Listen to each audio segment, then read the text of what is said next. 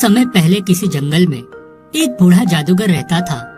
उस जादूगर के पास सफेद और काले रंग के दो जादुई चांद घर थे। जादूगर दोनों जादुई चांद घर का इस्तेमाल करके हमेशा गरीब लोगों की मदद किया करता था। फिर कुछ दिनों बाद अचानक जादूगर बहुत बुरी तरह बीमार पड़ जाता है। लगता है अब मैं जिंदा नहीं बचूंगा, मेरे मरने का समय आ गया है। देखो, मेरे मरने के बाद तुम दोनों इसी तरह गरीब और लाचार लोगों की मदद करते रहना। इतना कहकर जादूगर दम तोड़ देता है। जादूगर के मरने के बाद सफेद चांद को बहुत दुख होता है, लेकिन काला चांद खुशी से नाचने लगता है। देखो, हमारे मालिक का हुक्म याद रखना, हमें हमेशा गरीब लोगों की सहायता करनी है। ये बुढ़ा मर गया, इस बात की मुझे बहुत खुशी है। आज से मैं दूसरों को परेशान करूंगा, इसमें मुझे बहुत मजा आएगा। फिर अगले दिन दो गरीब औरतें उन दोनों से मदद मांगने आती है। कल रात तेज बारिश की वजह से मेरा घर टूट गया है, मुझ पर दया करके कुछ पैसे दे दो। हाँ, मुझे भी पैसे दे दो ताकि मैं अपना टूटा हुआ घर ठीक कर सकूं। देखो बहनों, मैं तो सिर्फ अनाज प्रकट करने की शक्ति रखता हूँ, लेकिन ये काला चांद घर जितने चाहे उतने पैसे प्रकट कर सकता है। हाँ, इसने बिल्कुल सही कहा।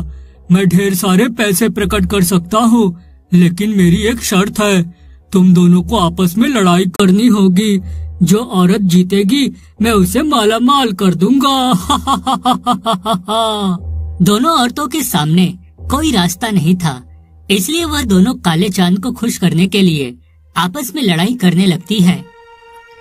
हाँ, मेरे बाल, वही माँ मर गई रे, मेरी टांग टूट गई, मुझे बहुत दर्द हो रहा है। हाँ। दोनों औरतों को लड़ते देख काला चांद घर बहुत खुश होता है। देखो, ये सब गलत बात है, तुम इन मासूम औरतों की मजबूरी का फायदा उठा रहे हो। मैं बहुत बुरा बन गया हूँ, बुरे काम करके मुझे बहुत खुशी मिलती है, इसलिए तू अपनी बकवास बंद कर और मुझे लड़ाई का मजा लेने दे।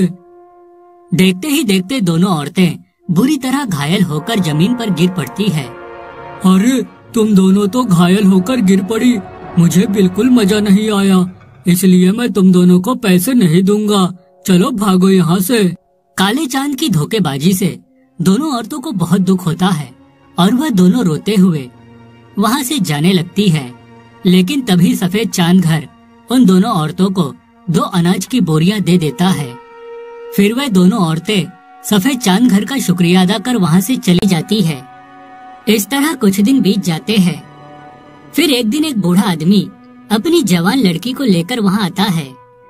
सुनो, एक दुर्घटना में मेरी बेटी का पैर बुरी तरह घायल हो गया है, मैं इसका ऑपरेशन करवाकर इसे ठीक करना चाहता हूँ, वरना इसकी शादी टूट जाएगी, दया करके मुझे पैसे दे दो।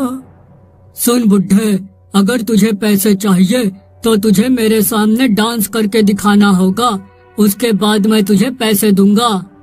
मजबूर होकर बूढ़ा वहाँ डांस करने लगता है, लेकिन थोड़ी ही देर में थकान के मारे वह गिरकर बेहोश हो जाता है। पिताजी, उठिए पिताजी, आपको क्या हो गया? सुन लड़की, तेरे बाप को तो बिल्कुल डांस करना नहीं आता, इसलिए अब मैं तुझे पैसे नहीं दूंगा। चल अपने बाप को उठा और निकल जा यहाँ से। तुम बहुत बुरे हो, देख लेना, एक दिन तुम्हें तुम्हारे बुरे कर्मों की सजा जरूर मिलेगी। उसके बाद वह लड़की अपने पिता को उठाकर वहाँ से चली जाती है। इस तरह कुछ दिन बीत जाते हैं। फिर एक दिन जंगल के पास वाले गांव में बहुत तेज भूकंप आता है, जिस वजह से लोगों के घर टूटकर तहस नहस हो जाते हैं। वह सभी लोग मदद के लिए दोनों चांद घर के पास आते हैं। हमारी मदद करो, भूकंप की वजह से हमारा पूरा गांव बर्बाद हो गया है, हम पर दया करो। देखो, तुम सबको इस तरह रोते गिड़गिड़ाते देख मुझे बहुत मजा आ रहा है, इसलिए मैं तुम्हें पैसे नहीं दूंगा, बल्कि तुम लोगों की मजबूरी देखकर खूब हंसूंगा। ऐसा मत कहो, हम सब बहुत मुसीबत में हैं, ये देखो, हमारे छोटे छोटे बच्चे हैं, इन पर तो दया करो। बेकार की बातें करके मेरा दिमाग खराब मत करो, वरना अच्छा नहीं होगा। ये काला चांद बहुत बुरा है, ये कभी किसी की मदद नहीं करता। तुम सब बेकार में इससे बहस मत करो। देखो, मैं तुम्हें पैसे तो नहीं दे सकता, लेकिन हाँ, ढेर सारा अनाज दे सकता हूँ, जिसकी मदद से तुम सबकी भूख शांत हो जाएगी। उसके बाद सफेद चांद घर का दरवाजा खुल जाता है और सभी गांव वाले घर के अंदर जाकर ढेर सारी अनाज की बोरियां ले लेते हैं। उसके बाद सभी गांव वाले सफेद चांद को दुआ और काले चांद को बद्दुआ देकर वहां से चले जाते हैं। देखते ही देखते कुछ दिन बीत जाते हैं।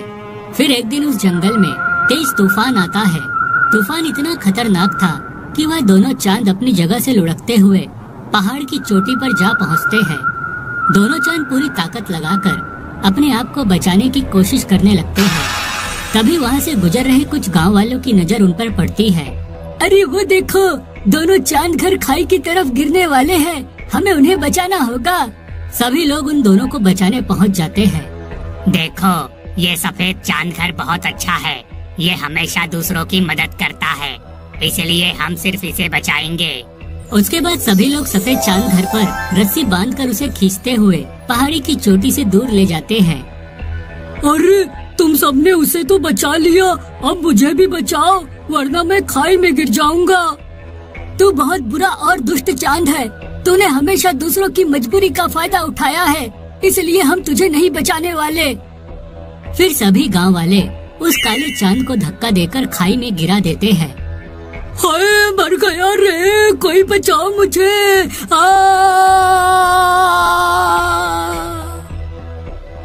खाई में गिरते ही उस काले चांद के टुकड़े टुकड़े हो जाते हैं। इस तरह उस दुष्ट चांद घर का अंत हो जाता है।